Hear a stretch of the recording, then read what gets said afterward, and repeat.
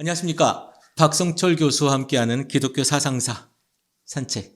오늘 박성철 교수님 반갑습니다. 네, 반갑습니다. 네.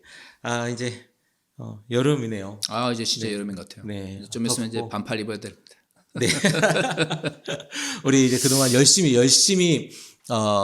우리가 사도 시대부터 속사도 시대, 그다음에 교부 시대 이렇게 달려왔지 않습니까? 네네. 근데 이제 가다 보니까 아주 생소한 회의인 거죠. 회의가 있더라고요. 앞으로 계속 몇 번 더 있을 것 같은데, 공의회라고 하는 게 있어요.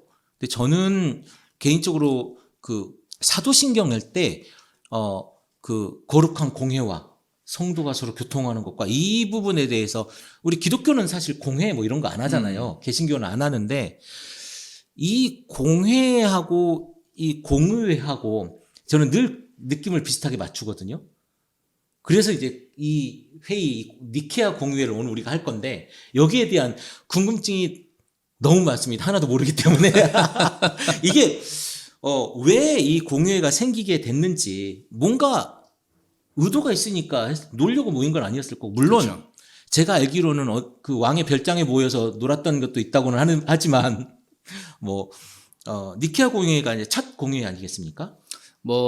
그러니까 이제 그거는 이제 공의를 어떻게 규정할 것까지 따라 다른 것 같아요. 일반적으로 이제 카톨릭에서 이제 공의회 그러면 예루살렘 공의회라고 해서 사도행전에 등장하는 네네. 1차 전도행 이후에 네네. 바나바와 이제 바울이 이제 이야기를 하죠.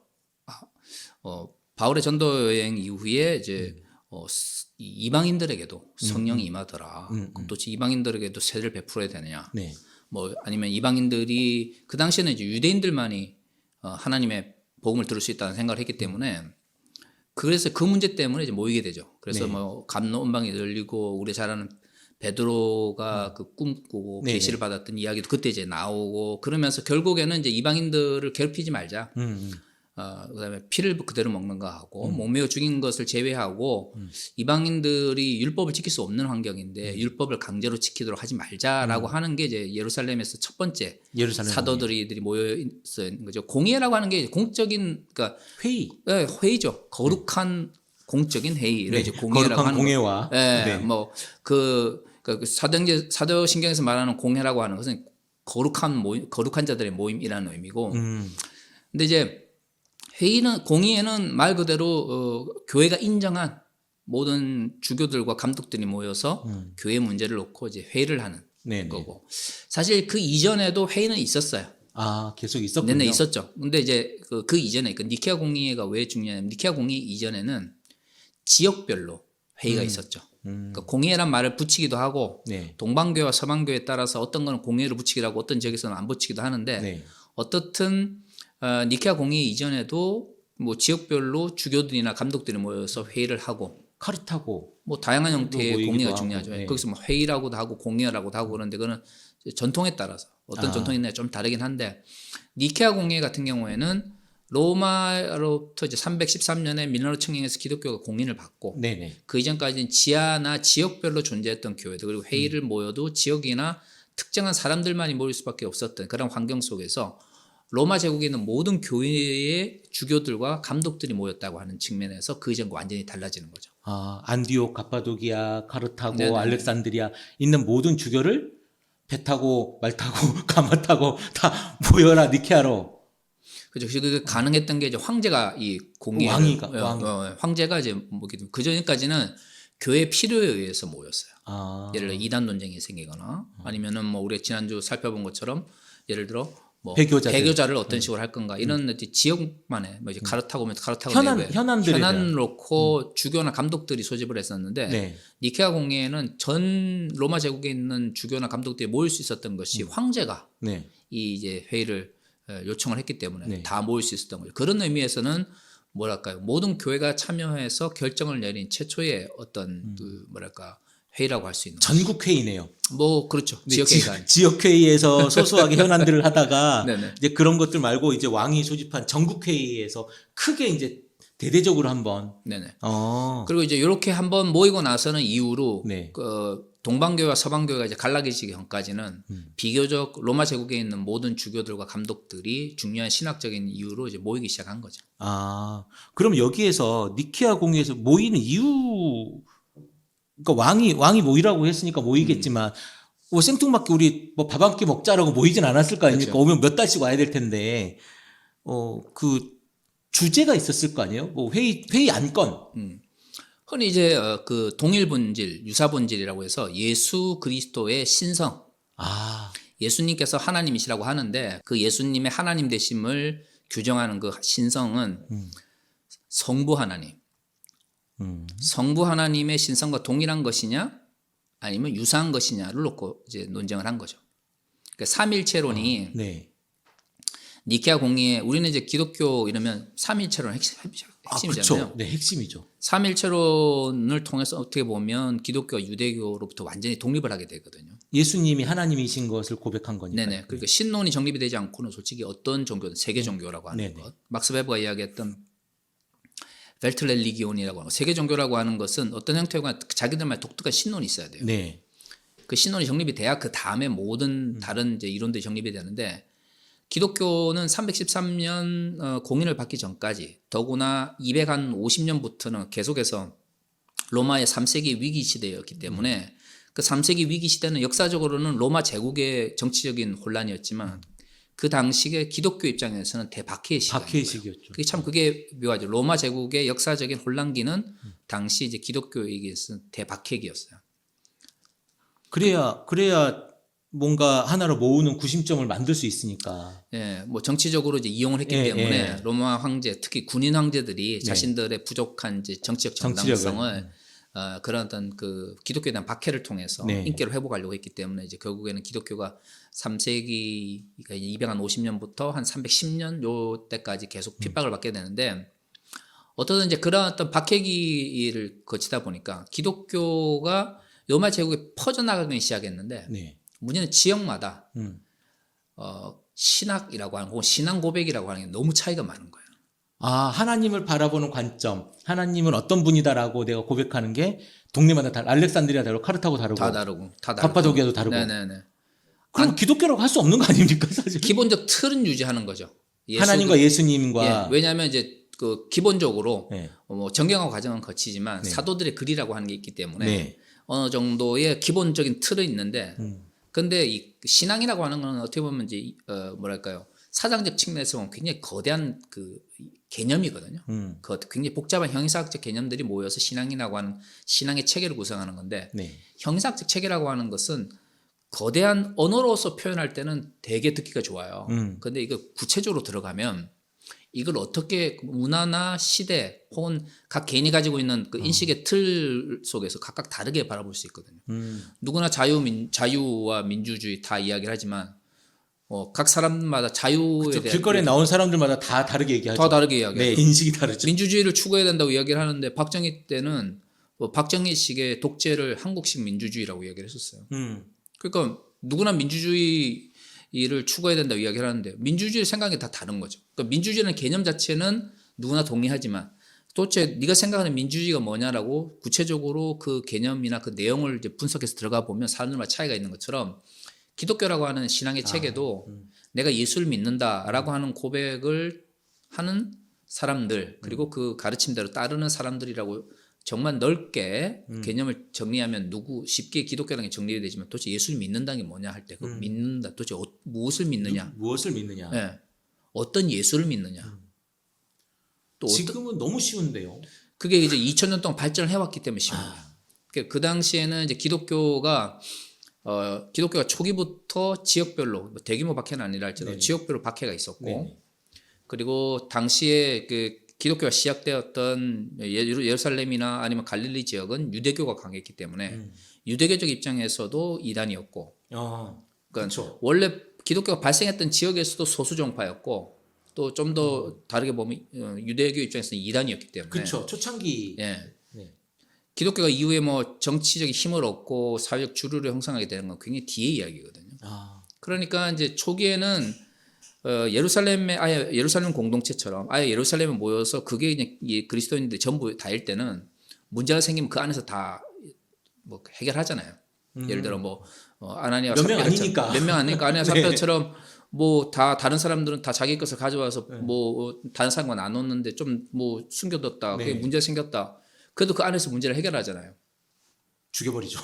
뭐 어떻든 좀 극단적인 네, 방법이긴 하지만 그 내부에서 해결한단 말이에요. 그런데 이제 그 바울이라고 하는 사람을 통해서 특히 이 바울이 이제 어떻게 보면 기독교의 세계화 혹은 로마 제국 내에 이제 복음 전파의 그 시발점이 되는데 이 사람은 또 예루살렘에서 보낸 게 아니고 안디옥이라고 하는 안티오키아라고 하는 지역에서 이제 보냄을 받은 거란 말이에요. 그러니까 이미 바울이라고 하는 사람은 유대인이지만 태어날 때도 길리기아 지역에 다소라고 하는 지역, 그러니까 지금의 소아시아 지역, 터키 지역에서 태어나서 태어난 유대인이었기 때문에 문화적으로 이미 예루살렘 공동체 내에 있었던 그게 뭐 갈릴리 출신이든 아니면 예루살렘 출신이든 예루살렘이나 이 이스라엘 내부에서 성장했던 유대인들과 다른 문화적 상황 속에서 예수를 받아들인 거예요. 그러니까 이미 바울이 등장한다는 것부터가 기독교가 이제 점점 새롭게 확장되는 게 있었는데 문제는 그게 기독교가 뭐 공인을 받고 넓게 모여가지고 기독교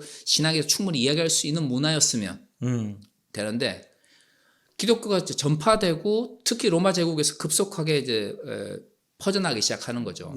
특히 이제 노예돌의 종교라고 하는 그런 그 별명이 있었던 것처럼 사회적으로 핍박받는 억압받는 사람들이 초기 기독교인들이 많았단 말이에요. 그러니까 이 사람들 같은 경우에는 핍박도 있죠. 그리고 또 3세기 가면 정말로 대규모 핍박이 일어나고 사회적으로 소외되어 있고 그렇다고 엄청 교육을 많이 받은 사람들이 많이 모였던 공동체도 아니다 보니까 주로 이제 사도들이 구전으로 전달해 줬던 이야기를 듣고 그 이야기를 믿고 따르는 건데 문제는 어떤 사도를 만나느냐. 어떤 사도들의 전성에 기반해서 신앙을 가지는가에 따라서 이 내가 예수를 믿는다라는 고백이 너무 차이가 많은 거예요. 이제 그런 문제들이 이미 그 바울의 서신에서도 등장하는 거죠.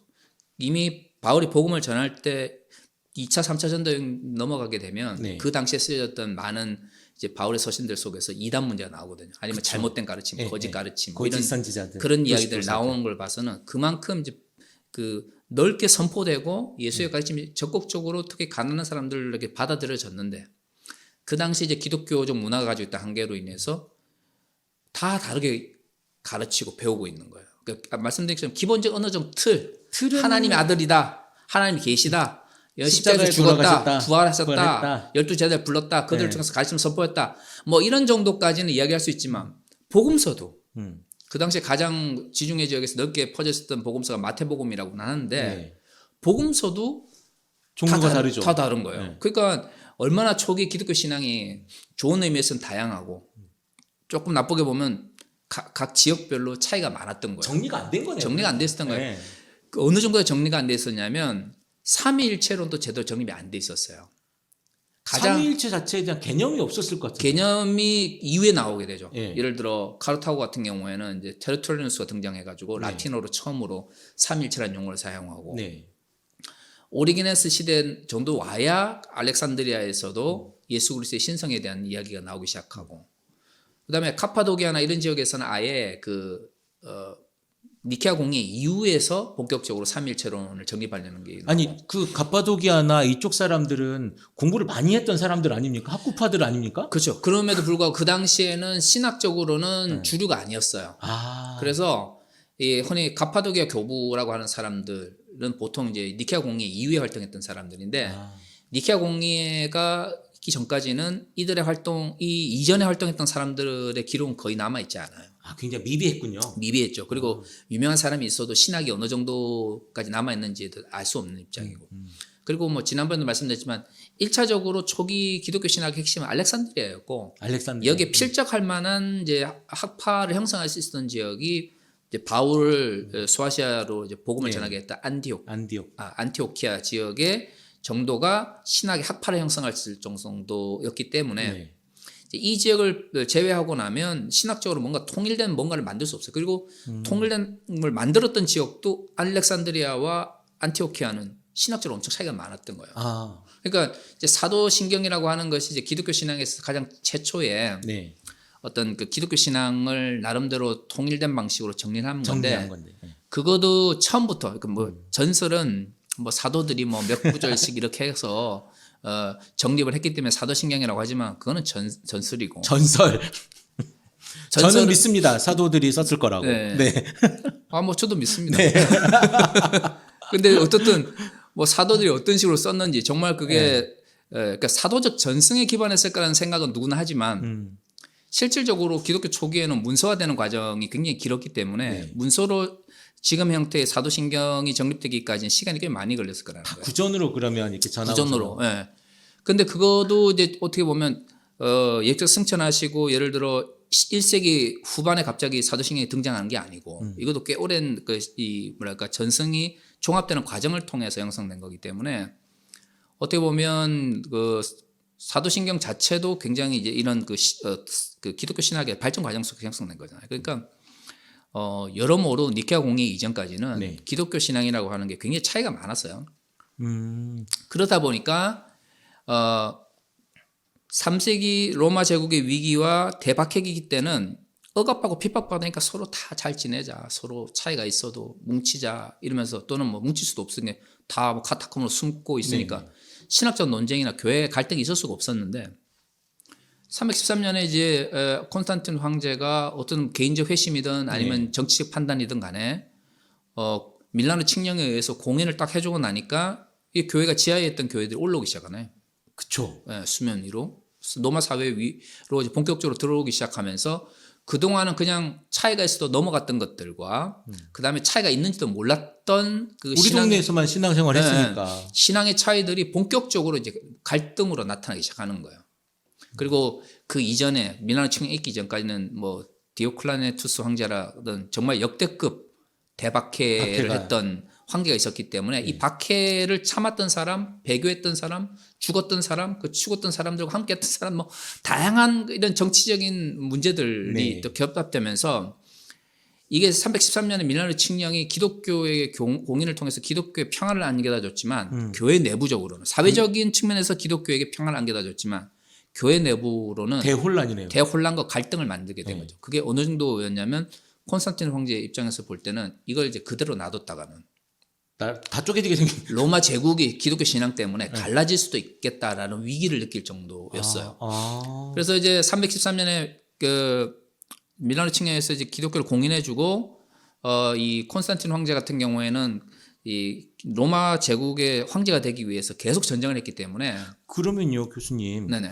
사실은 그 소수 종교이기도 했고 지하에 있었던 종교이기도 했고 이 콘스탄티누스 황제가 공인하기 전에는 사실은 그 규모가 작았을 거 아닙니까? 여기저기 흩어져 있고 상계해져 있기도 할 뿐더러 근데 공인하자마자 313년 공인하고 25년에 이제 325년에 니케아 공회가 생기면 그 한 10몇 년 상간이지 않습니까? 그 안에 기독교가 뻥튀기 확장이 됐다는 건가요? 그건 아니고요. 그러니까 억압의 시대였기 때문에 기독교인들의 숫자가 얼마나 되는지가 묻혀져 있었던 거예요. 그런데 기독교는 이제 1세기 후반에 기독교가 아마 처음으로 로마 제국에 로마에 이제 기독교인들이 들어가게 되었을 거라고 생각하는데 그때부터 계속 지속적으로 급속하게 성장을 했어요.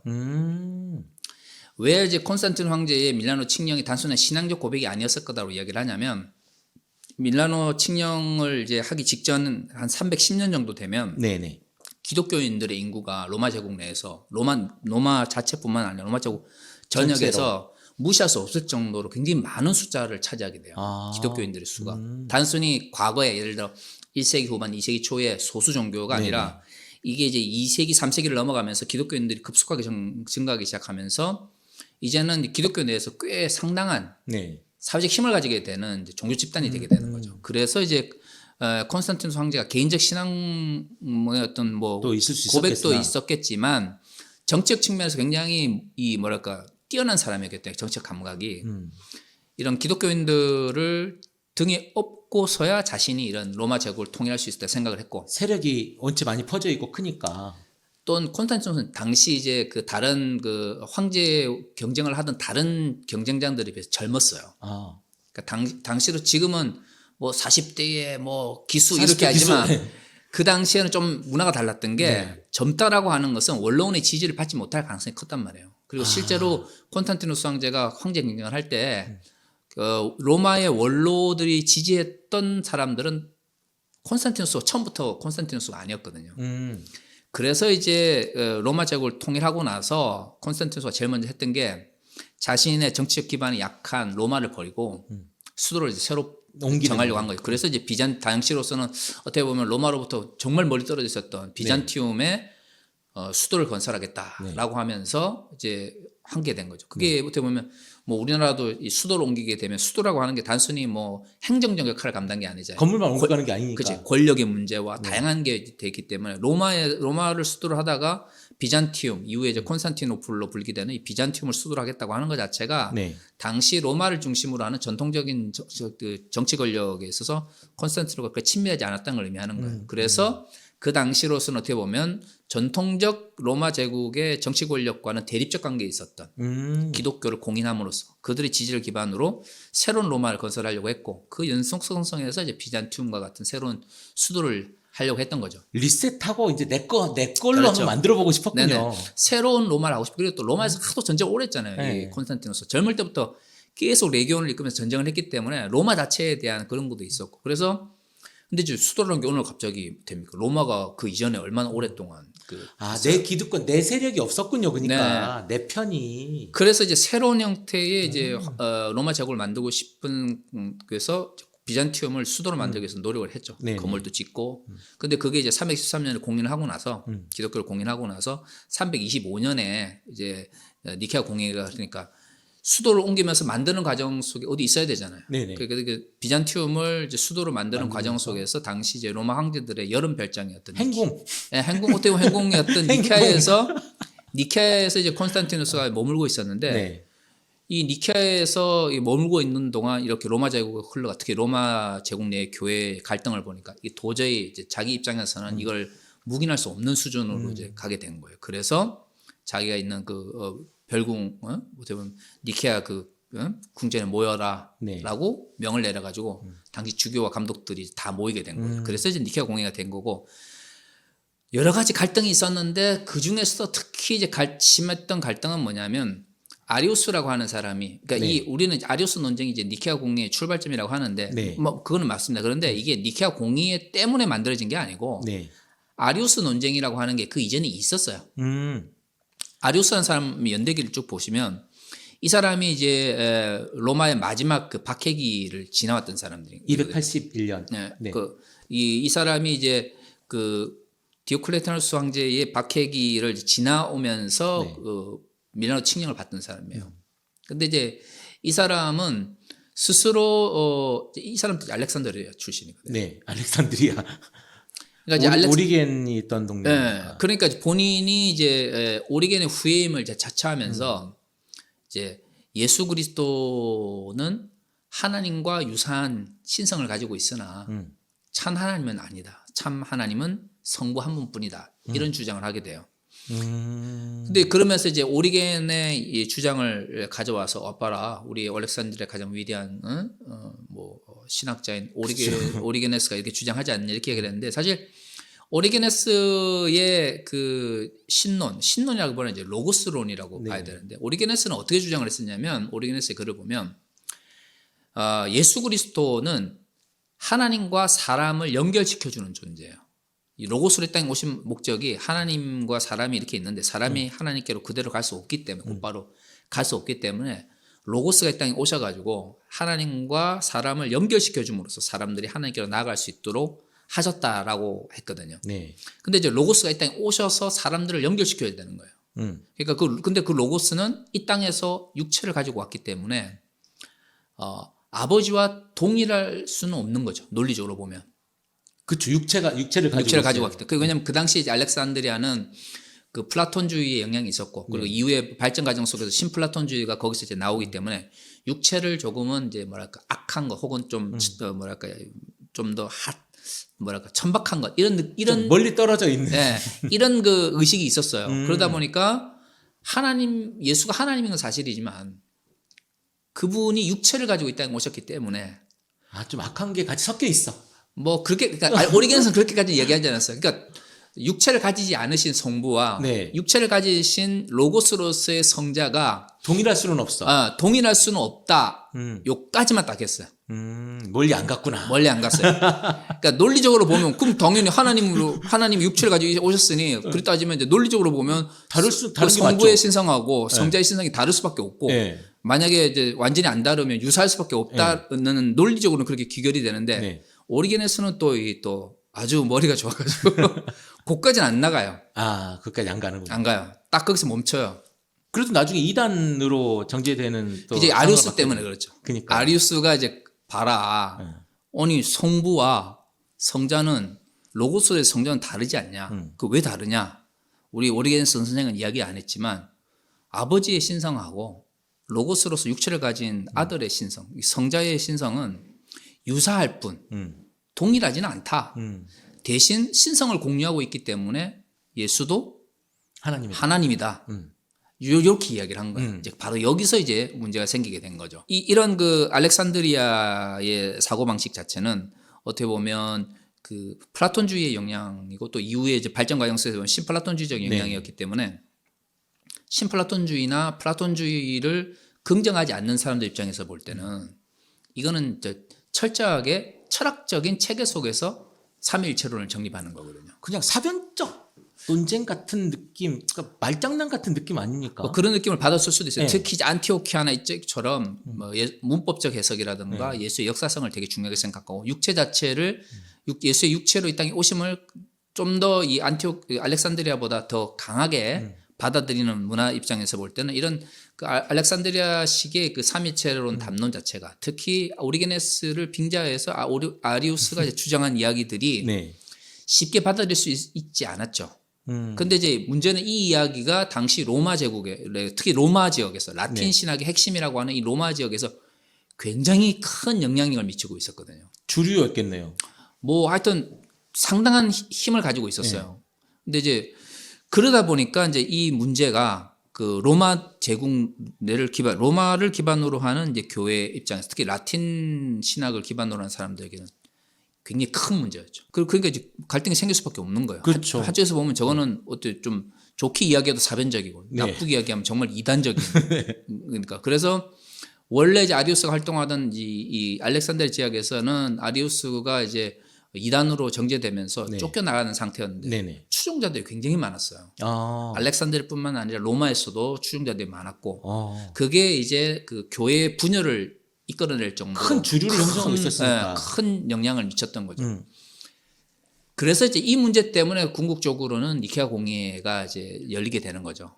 더 놔뒀다가는 아리우스를 지지하는 파와 아리우스를 반대하는 파 사이에 분열이 있겠다. 그러니까 개신교를 하나의 신흥 세력으로 해서 내가 이렇게 딱 그 위에 든든하게 쓰려고 했는데 이 두 개가 쪼개져 버려가지고 싸우면 지지 기반이 완전 박살나는 거잖아요. 그렇죠. 그러니까 그 지지 기반을 하나로 통일하고 그래서 그 작업을 하려고 니케아로 모여라. 그렇죠. 그리고 이제 이게 아리우스 논쟁이지만 실질적으로는 이 논쟁 이후에 교회가 새로운 그와 연관된 다양한 형태의 신학적 이론 또는 신학적 논쟁이 계속 발생하게 되는 이유가 뭐냐면 이게 만약에 통일이 안 된 상태에서 분열이 일어나게 되면 이것과 연결되는 다양한 신학적 논쟁들 때문에 교회가 지역별로 더 이게 나눠질 가능성이 컸거든요. 그 당시로서는. 뭐 제가 가지고 있는 상식으로 도나투스 논쟁이라고 하는 것도 있고, 뭐 도나투스 논쟁도 어떻게 보면 그 당시에는 아니지만 이제 이후에 아우티누스 때 굉장히 문제가 되는 게 노바투스 논쟁도 그 이전에 있었던 것처럼 그 앞에서 말씀드린 것처럼 대박해의 배교자의 논쟁도 있었고, 그러니까 아리우스 논쟁을 제대로 해결하지 않으면 지금 가뜩이나 배교자와 고백자, 순교자 이러면서 이제 이 신학적 이외에도 정치적인 것 때문에 나눠져 있던 교회가 이제 이렇게 놔두면 다 안 되는 거예요. 더 갈라지게 되는 거예요. 그래서 이제 콘스탄티누스 입장에서는 어떻든 자신이 이제 통치할 로마 제국의 어떤 안녕을 위해서는 이 신학적 문제를 해결해야 된다. 기준을 정해야 되겠네요. 그렇죠. 하나님은 어떤 분이고, 뭐 성령님은 어떤 분이고, 그리고 뭐 우리는 뭘 믿어야 되고, 이런 것들에 대한 큰 어떤 헌법 같은 거, 이런 걸 만들어야 되는 거네요. 그렇죠. 이제 우리가 일반적으로 지금 생각하는 기독교라고 하는 기독교 신앙의 어떤 기본적 틀이라고 하는 게 어떻게 보면 니케아 공예 때부터 조직 신학. 그렇죠. 네, 조직 신학. 니케아 공예 때부터 형성되었다고 보는 거죠. 가톨릭 같은 경우에는 니케아 신경, 니케아 공예를 통해서 네. 제출되었다가 이제 381년에 콘스탄티노플 공예 때 이제 채택이 되었던 네. 니케아 콘스탄티노플 신경, 뭐 짧게 우리나라에서 그냥 니케아 니케아 신경이라고 하는 신경이라고 배우죠. 이 니케아 신경하고 이 사도 신경하고 니케아 신경하고 그다음에 이제 칼케톤 공예 때 예수의 단성론 논쟁을 통해서 예수의 신성, 네. 인성의 관계를 정립한 이 칼케톤 신경을 세계를 해서 네. 신경의 시대에 가장 중요한 신앙 고백으로 할 정도로 이건 니케아 신경이 거의 이 사도 신경에 버금갈 정도의 권위를 가지게 되는 것도 어쨌든 다 모인 거예요. 그러면 그 교회가 보통 30년 이후에 교회가 이제 시작됐다고 하잖아요. 예수님의 죽음 이후로 30년 이후부터 한 400년 간 정도 신경이 정립되는 그 싸움의 시간이네요, 사실은. 서로 투쟁의 시간이네요. 그렇죠. 만약에 기독교가 핍박의 시기가 좀 적었거나 네. 그렇게 로마 제국으로부터 좀 덜 억압을 받았다면 네. 그 기간이 좀 짧아졌을 거예요. 그 숱한 이단들이 또 만들어진 거 아닙니까? 그렇죠. 제가 보기에는 다 고만고만한데. 예, 핍박받고 숨고 네. 또 쫓겨나고 그 일반적으로 로마 제국의 핍박 그러면 많은 분들이 그냥 대박해. 네. 예, 250년부터 한 310년까지 대박해만 생각하지만 실질적으로 지역별로 다 있었거든요. 근데 박해가 생기면 일반적으로 나타나는 현상이 딱 정해져 있어요. 첫 번째, 일단 신앙을 지키기를 원하면 그 지역을 떠나서 핍박이 없는 지역으로 가요. 사막으로 가기도 하고 네. 반도시로 가기도 하고 네. 그리고 그 지역에서 신앙생활을 하고 아니면 그냥 핍박에 굴복해서 남거나 아니면 죽거나 혹은 감옥에 갇히거나 네. 요 세 가지 선택밖에 없는데 그러니까 이제 처음 아무리 하나의 신앙을 고백하고 있던 사람도 네. 특정 지역에서 네네. 그리고 뭐 알렉산드리아 학파나 뭐 안티오크 학파처럼 학파를 만들어도 네. 일단 핍박이 오면 도망가야죠. 그렇죠. 살아야. 우리 네. 그 카르타고의 이야기 했잖아요. 네네네. 사막에서 1년 3개월 동안 네네. 있다가. 아무리 위대한 신학자나 교부들도 자기가 순교자의 사명이 없다라고 생각을 하면 떠나는 거예요. 그럼 그 핍박받아가지고 그 주교가 떠나 있는 동안 거기서 무슨 신학이 형성이 되겠어요. 그러니까 그렇죠. 이제 그런 어떤 핍박들이 많고 또 정치적으로도 많이 이제 악용이 되다 보니까 기독교가 하나의 어떤 신앙의 체계로 이게 연결되기까지 또는 통합되기까지 시간이 많이 걸렸죠. 그리고 또 그만큼의 어떻게 보면 또 깊은 신앙이 생길 수도 있었겠네요. 뭐 신앙적 측면에서는 좀 더 실천적인 신앙이 더 많은 사변적 신앙보다는 네네. 핍박이 많은 지역은 좀 더 실천적인 신앙이 많죠. 그런 긍정적 측면도 있지만 기독교라고 하는 어떤 체계, 신앙적 체계나 어떤 이런 신앙 고백의 체계라는 측면에서는 좀 이게 늦춰진 측면도 있고요. 공부를 할 수가 없으니까 사막에 그렇죠. 숨어서 기도만 해야 되니까. 그렇죠. 네. 네. 아, 그렇군요. 그러면 지금 우리가 이제 사실은 뭐 되게 복잡하고 많은 사람들이 얽혀 있고 뭐 유사 본질이니 동일 본질이니 뭐 이렇게 어려운 말을 하지만 결국은 어떤 하나님을 믿을 것이며 우리는 어떤 예수 그리스도를 믿을 것이며 그렇죠. 그렇죠. 어떤 성령을 믿을 것인가에 좀 그러니까 여기저기 다 흩어져 있는 거 말고 진짜 하나로 만들어 보자. 교회도 하나. 우리 그 카르타고에서 교회도 하나 했지 않습니까? 그 교회도 하나, 성령도 하나, 뭐 성찬도 하나 뭐 이랬는데 정말 하나로 된 통일된 교회를 만들어 보자. 이것이 왕의 생각이었던 아니면 교계 전체적인 생각이었던 그 밀라노 칙령으로 의해서 이제 전체가 올라왔으니까 지하교회가 지상으로 올라왔으니까 그런 논쟁이 어떤 장이 정치적이든 뭐든 어쨌든 계기가 만들어진 거네요. 그렇죠. 그리고 그러한 피로드가 자꾸 나오기 시작해요. 우리가 지난주에 이제 키프라노스 네네. 했잖아요. 그러니까 이미 키프라노스 시대가 어떻게 되면 그게 이제 3세기 중반 그 박해기 이게 소위 말하는 대박해기 초입에 네. 죽잖아요. 네. 발렌티아누스 황제 때 죽게 되는데 이미 그때 되면 교회가 하나가 돼야 되고 하나의 신앙 고백을 해야 된다라고 하는 그 필요성이 이미 교부들 내에서 나타나기 시작하는 거예요. 그런 근데 고민들은 있었군요. 있었죠. 근데 박해가 하도 심하니까 모을 수가 없는 거예요. 그래서 그게 모였다가 싹 죽으면 안 되니까. 그렇죠. 더구나 그 뒤로 가면 갈수록 그러니까 310년이 가까우면 가까울수록 박해가 더 심해지거든요. 네. 데키오스 황제 때 시작되었던 박해가 4세기 초로 가면 갈수록 박해가 심해져요. 짐승 잡아 제사 드리라고 하고 막 그랬다면서요. 네. 그러니까 이제 그런 필요성, 키프란스처럼 교회가 하나 되고 하나의 신앙 고백을 해야 되고 뭐 더 이상 이단을 이런 식으로 방치해서는 안 되고 이런 필요는 느끼는데 네. 현실이 이제 안 따라주는 거죠. 그게 이제 50년 정도까지 50년 넘게 그런 것들이 이제 뭐랄까 미뤄지는 시점에 있었기 때문에 그래서 313년 어떻게 보면 그런 대박해가 있었기 때문에 313년 공인 받고 나서 네. 교회 내 갈등이 더 심했을 수도 있어요. 예를 들어 키프란스 시대에 이런 필요성을 느끼게 되어서 만약에 그때 좀 박해가 없었거나 아니면 적어도 2세기 초반 정도의 어떤 변증가대 활동하던 시대 기독교는 이런 거야 그런 건 오해라고 말할 수 있는 문화적인 환경이 됐으면 적어도 네. 콘스탄티누스 황제가 로마를 통일했을 때 교회 내에서 갈등 때문에 로마 제국이 쪼개지지 않을까 정도까지는 아니었을 거예요. 근데 필요는 느끼는데 네. 억압을 받고 카타고문 시대가 오면서 숨고 각 지역별로 이단은 난무하고 근데 이걸 정립해야 되는 교부들은 쫓겨나가거나 도망가고 아니면 죽고 이러니까 사막에 있고. 네네. 그러니까 이제 이 문제들이 제대로 정비되지 못했기 때문에 그래서 이제 니케아 공의회가 더 이제 콘스탄틴 황제 입장에서는 더 심각한 문제로 다가왔을 수도 있죠. 근데 탁월한 선택이었을 수 있고 물론 뭐 역사적으로 이제 평가가 달라질 수 있겠지만 어쨌든 교계 입장에서는 굉장히 중요한 일을 한 거잖아요. 그렇죠. 이제 그 콘스탄티누스 황제를 중심으로 한 니케아 공의회에서 가장 부정적인 그 평가는 뭐냐면 기독교가 로마 제국의 정치와 동일시되는 혹은 결합하게 되는 우리나라의 군부 시절과 비슷하죠. 네, 꿀 빨아먹고 있었던 시대가 있었군요. 그때도. 그것이 이제 가장 니케아 공의회에 대한 부정적 평가예요. 니케아 공의회를 통해서 결국에는 로마 제국의 정치 세력과 결탁하고 당시 이제 어느 정도 사회적인 어떤 세력으로 성장했던 기독교가 결국 이제 결탁 혹은 결합하게 되지 않았느냐. 타락하게 된 계기가 된 거네요. 그러면 뭐 이제 그 타락을 예를 들어 기독교가 이제 정치적인 여러 교권주의적 관점 속에서 보면 권력과 돈 맛을 보면 타락이죠. 네. 그러니까 교권주의적 관점에서 교권주의라고 하는 것을 이제 전제로 할 경우에는 교권주의 시작이 되었다라고 평가하는 역사들이나 신학자들도 많죠. 이제 그리고 나서 나중 되면서 이제 그 황제와 권력 싸움하고 네네. 뭐 결혼을 해야 되니 말아야 되냐고 나중에 이제 계속 하고 이제 뭐 무슨 구력 뭐 이러면서 뭐 이런 이런 거 하지 않습니까? 그건 이제 380년에 데오도시우스 황제가 이제 국교를 만들면서 국교라고 하는 것은 결국 그 기독교라고 하는 종교하고 로마 제국이라고 하는 그 정치적인 어떤 게 하나가 된다는 거거든요.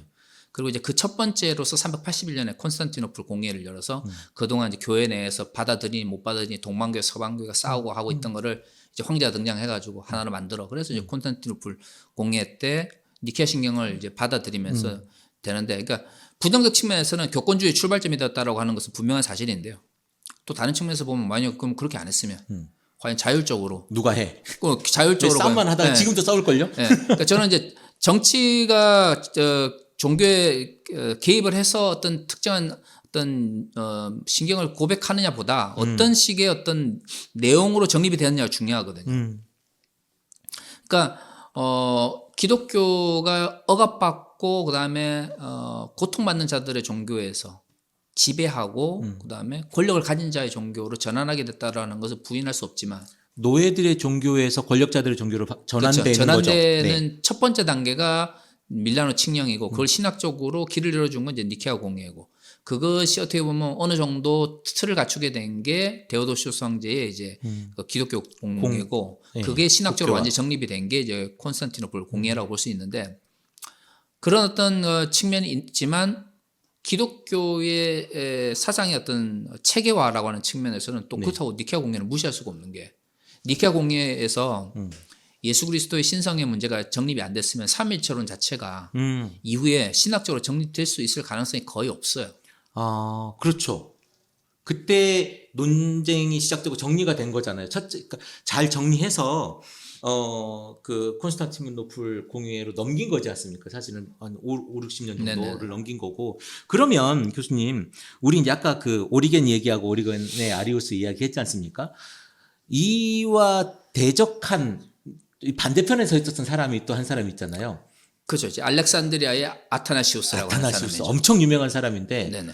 저는 또 이렇게 그 정설보다는 또 이제 야사 뭐 이런 걸 좋아하니까 이 아타나시우스가 또 엄청 어렸다네요. 그렇죠. 그러니까 괜히 싸가지도 없고 건방져가지고.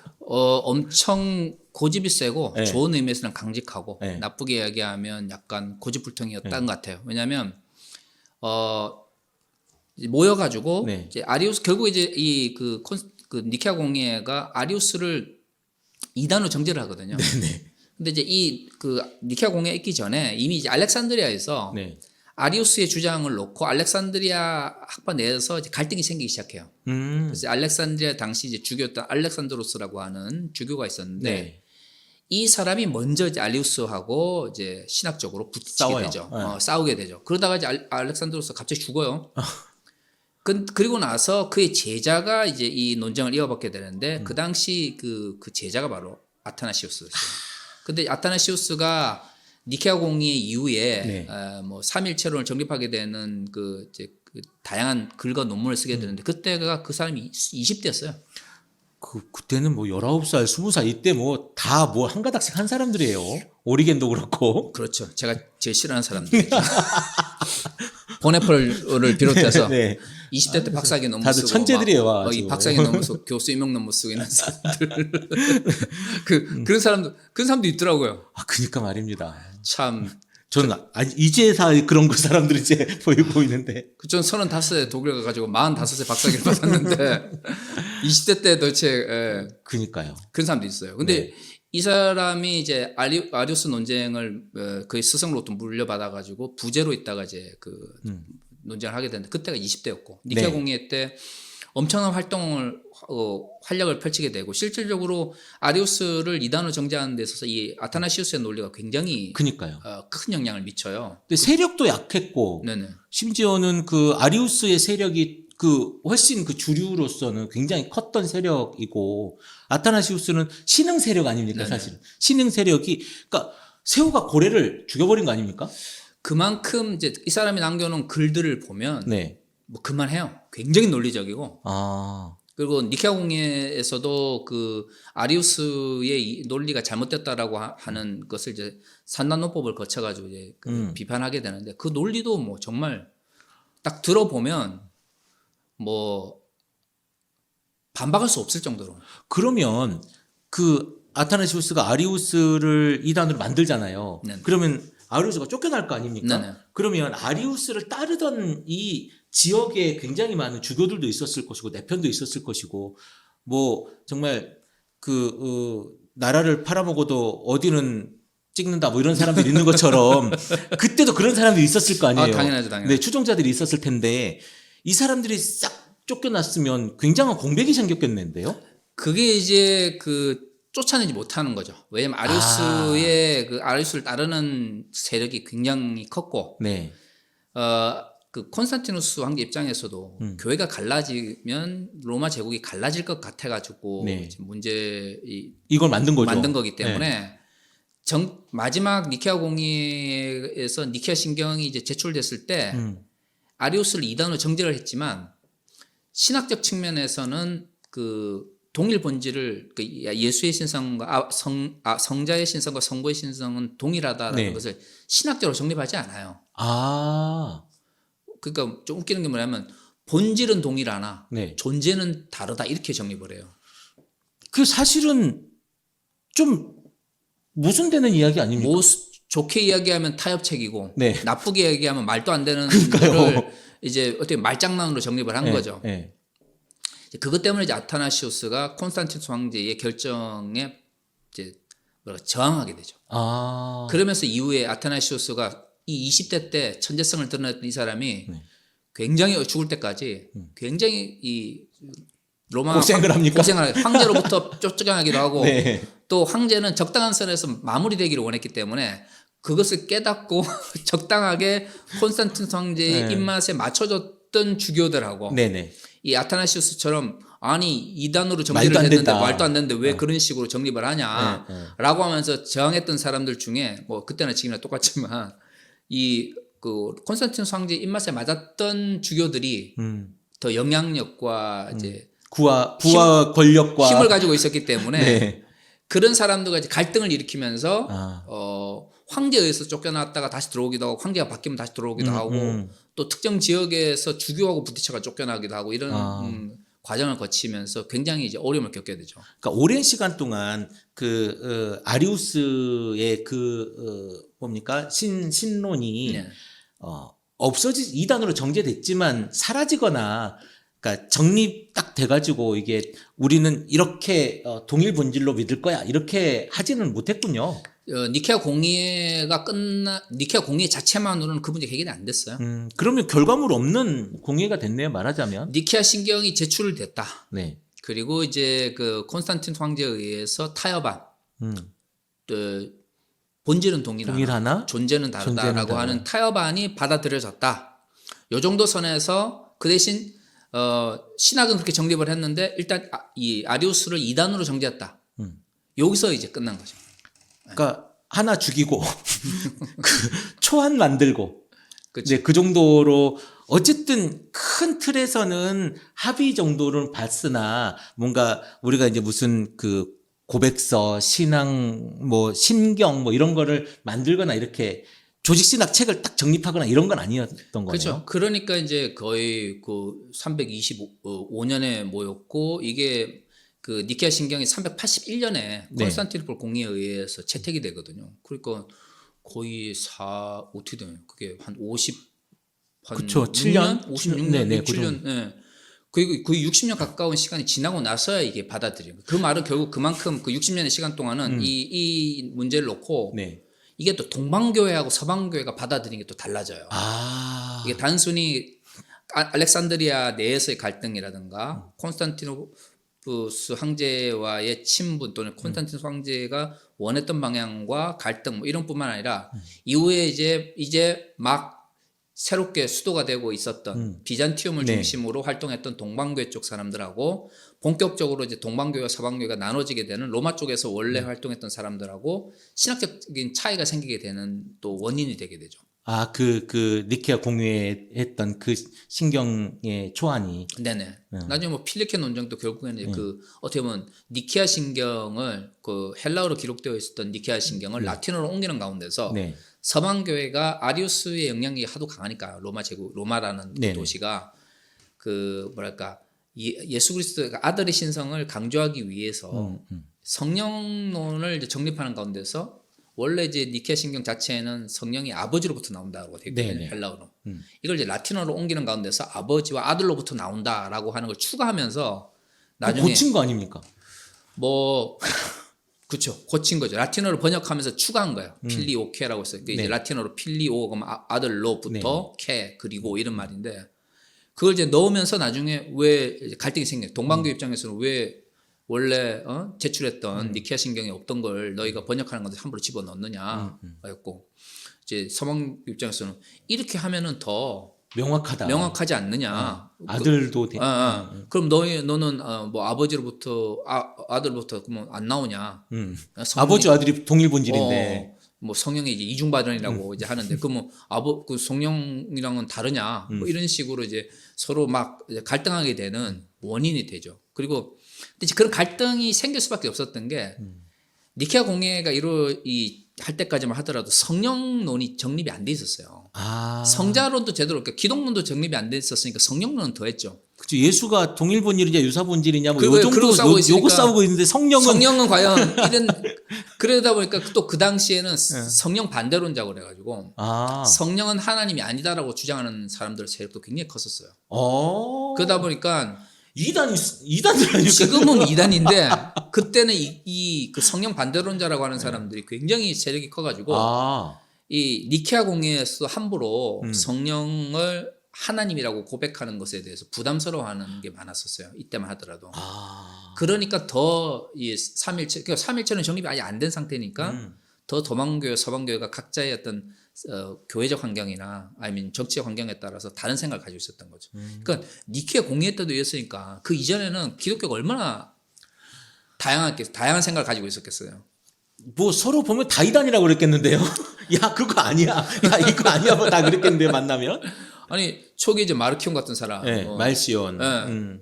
구약의 하나님과 신약의 하나님은 다르다. 네, 영주주의 이단 아닙니까? 뭐 그러면서 아예 구약 자체를 신약적 관점에서 재해석하거나 아니면 필요 없다고 떼버리자 이렇게까지 했는데 사람들이 막 쫓아다녔잖아요. 엄청 유명했죠. 엄청 유명하고 네.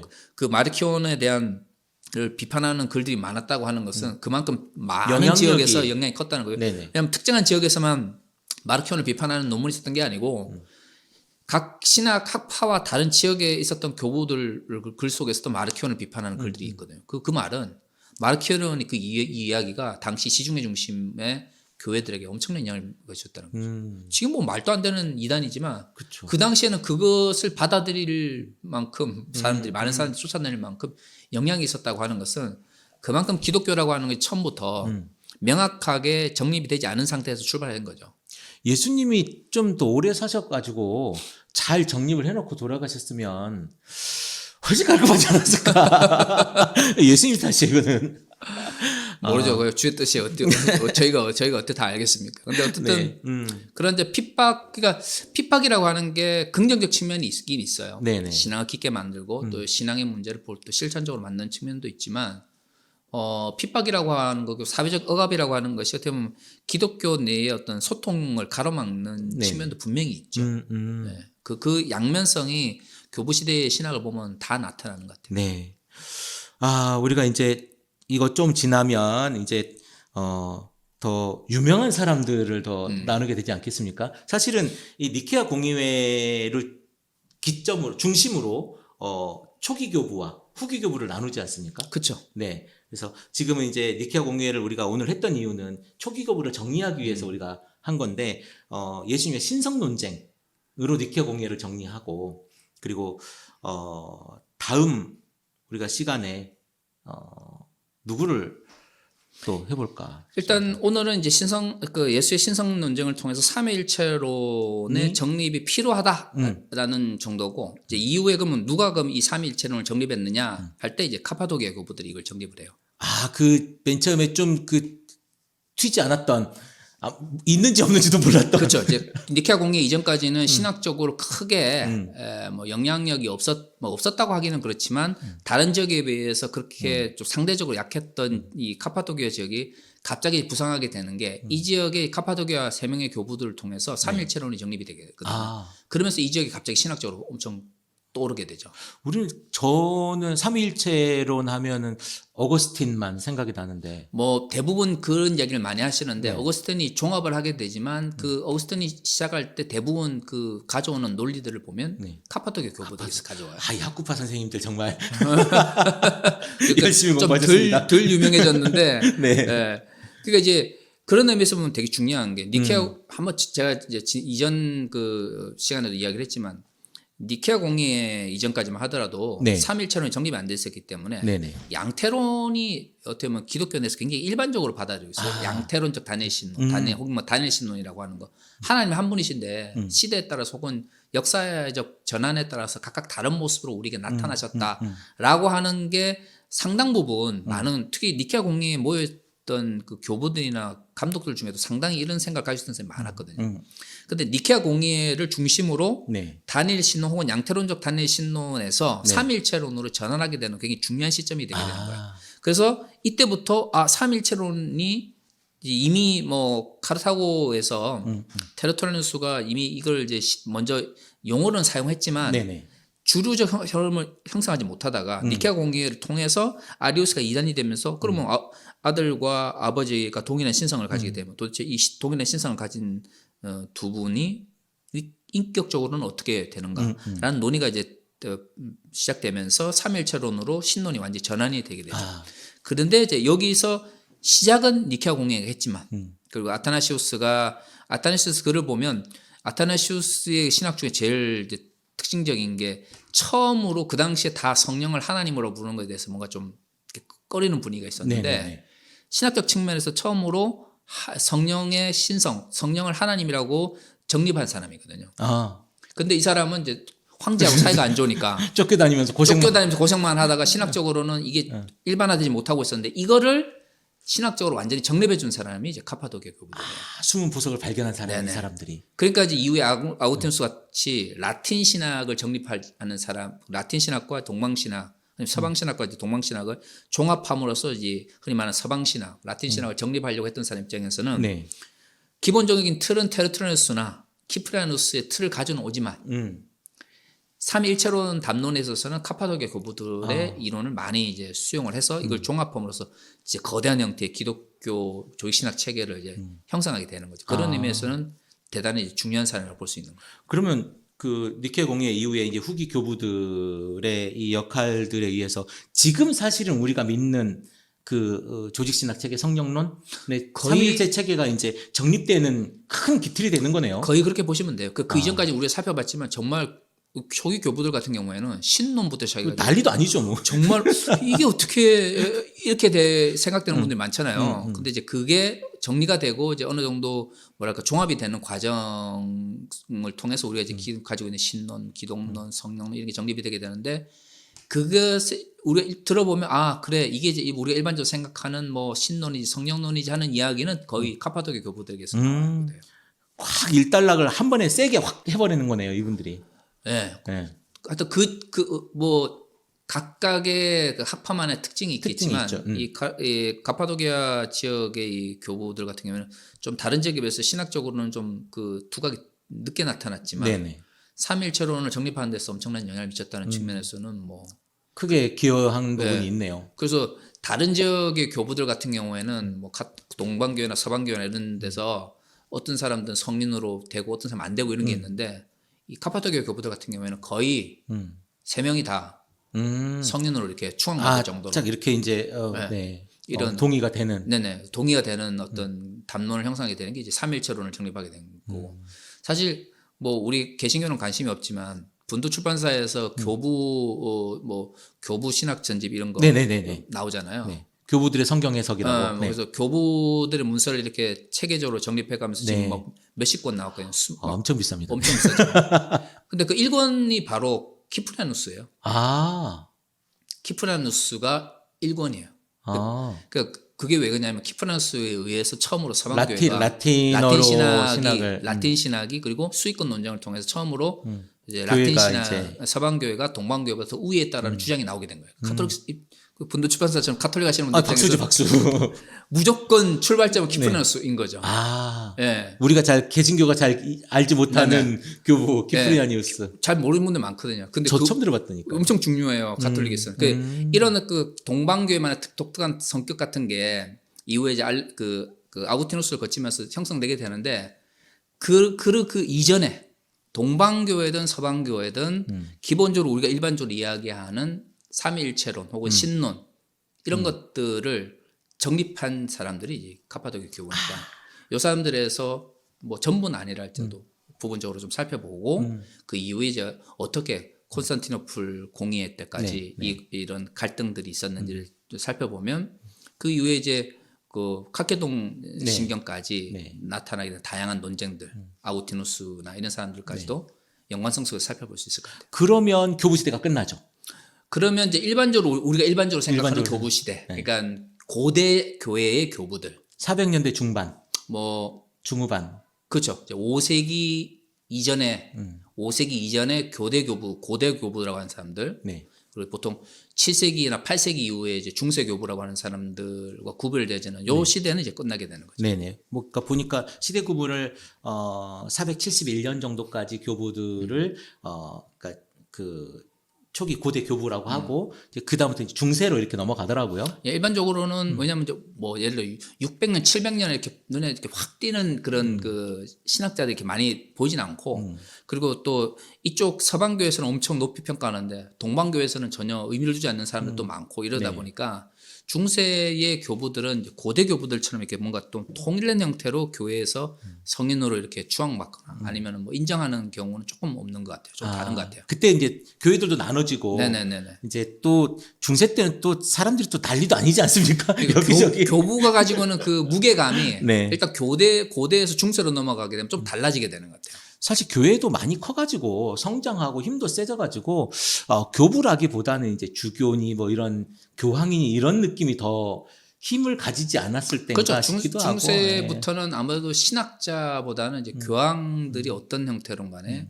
어떤 형태로 이제 결정하는가에 따라서 이제 움직이게 되니까 조금 성격이 달라지는 것 같아요. 그러니까요. 분위기가 달라지는 네, 거죠. 완전히 달라지는 것 같아요. 네. 네. 어쨌든 우리 다음에는 열심히 공부한 학과 선생님들, 갑바도기아 선생님들 이야기를 하고 이제 고대 교부들을 아마 마무리하지 않을까 싶은 생각이 듭니다. 그때까지 여러분들 기대해 주시고요. 박상철 교수님 수고하셨습니다. 네, 고맙습니다. 고맙습니다.